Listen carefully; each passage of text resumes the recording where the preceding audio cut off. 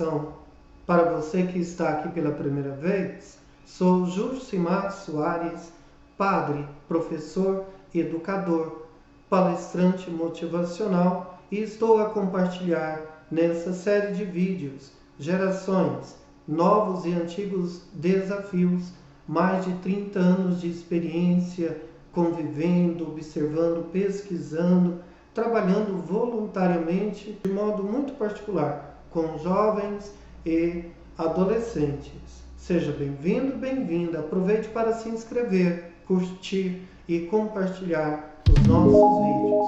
O objetivo principal é por uma vida melhor, por um mundo melhor. Afinal de contas, todos nós merecemos e queremos viver em paz. No episódio de hoje, quero analisar com você o comportamento da juventude do século XIX aqui no Brasil, um olhar principalmente a partir da corte no Rio de Janeiro, com a novela Moreninha, de Joaquim Manuel de Macedo, publicada em 1844. O enredo é muito simples, muito típico. Jovens ricos, acompanhados de algumas senhoras, marcam um final de semana, um piquenique, um baile na ilha paradisíaca de Paquetá. Lá vai acontecer uma aposta com o protagonista, Augusto, que se ele se apaixonar por alguma daquelas meninas, ele terá que escrever uma novela. E lá acontece que ele reencontra um amor de infância e todos entendem que ele se apaixonou por Carolina, mas na verdade é um amor de infância. São jovens, adolescentes, no fulgor da sua juventude, procurando compreender, buscar o seu próprio modo de vida. É um olhar sobre a burguesia, como se comportavam esses jovens, e daí nós passaremos a compreender melhor os desdobramentos e como todos, um após o outro, todos os personagens vão se envolvendo e nós temos um parâmetro, temos um retrato de época, um olhar a partir da burguesia, da alta classe, da sociedade carioca. E pelo interior, o que tinha em comum? Como se comportavam esses jovens? O Brasil daquela época, voltando um pouco mais com o romance Memórias de um Sargento de Milícia, de Manuel Antônio de Almeida, retrata uma situação caótica quando a família real, chefiada por Dom João VI, por circunstâncias históricas bem conhecidas, se instala aqui no Brasil. Por que caótica? Pessoas humildes convivendo com a alta corte em meio a situações de moral, por vezes questionáveis, procissões religiosas, malandros, vendedores ambulantes, todo um caos que é apresentado nessa memória de um sargento de milícias.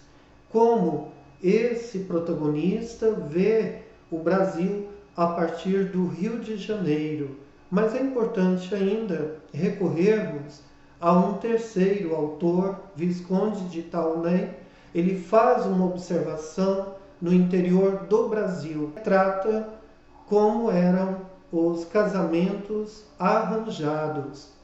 Normalmente, aos 12 anos, essa menina já estava comprometida e o casamento logo aconteceria, sob a inspeção e sob os gostos do pai. O Visconde de Taunay, na obra Inocência, retratando a realidade de um casamento arranjado, como o pai ia organizar tudo, fogos, o salão, o galpão a ser construído, os vizinhos, como ia conseguir organizar todo esse casamento. E pelo interior do Brasil ainda se vê muito isso.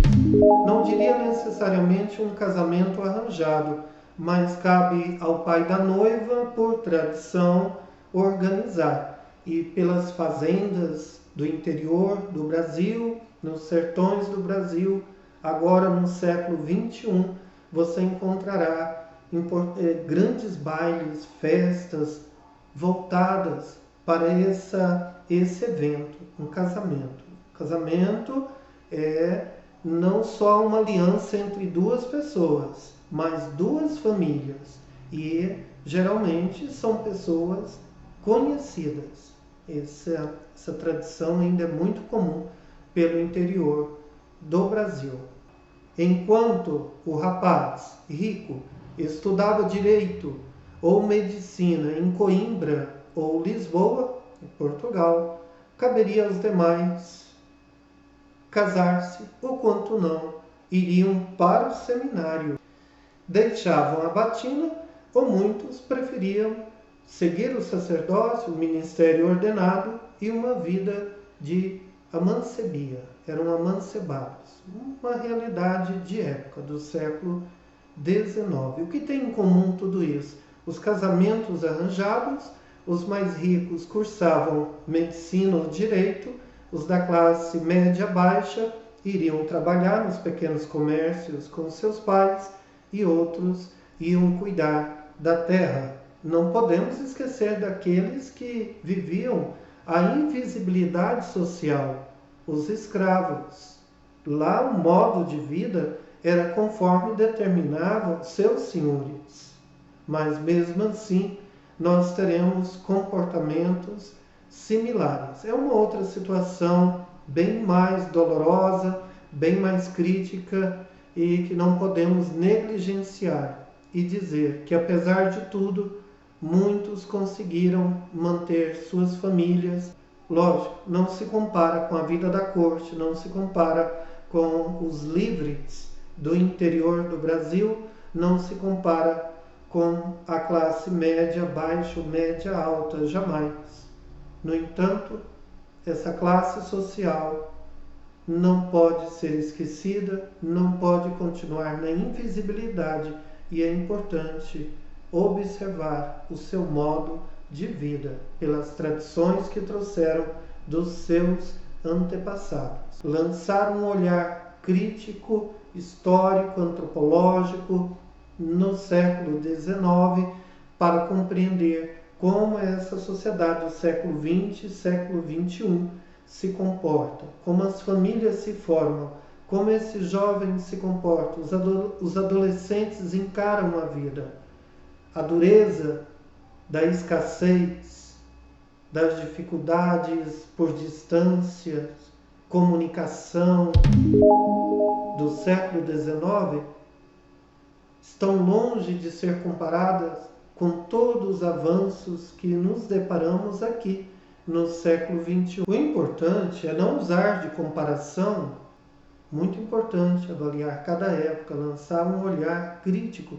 Obrigado pela sua presença, por acompanhar esse vídeo até aqui. Um forte abraço e continue conosco.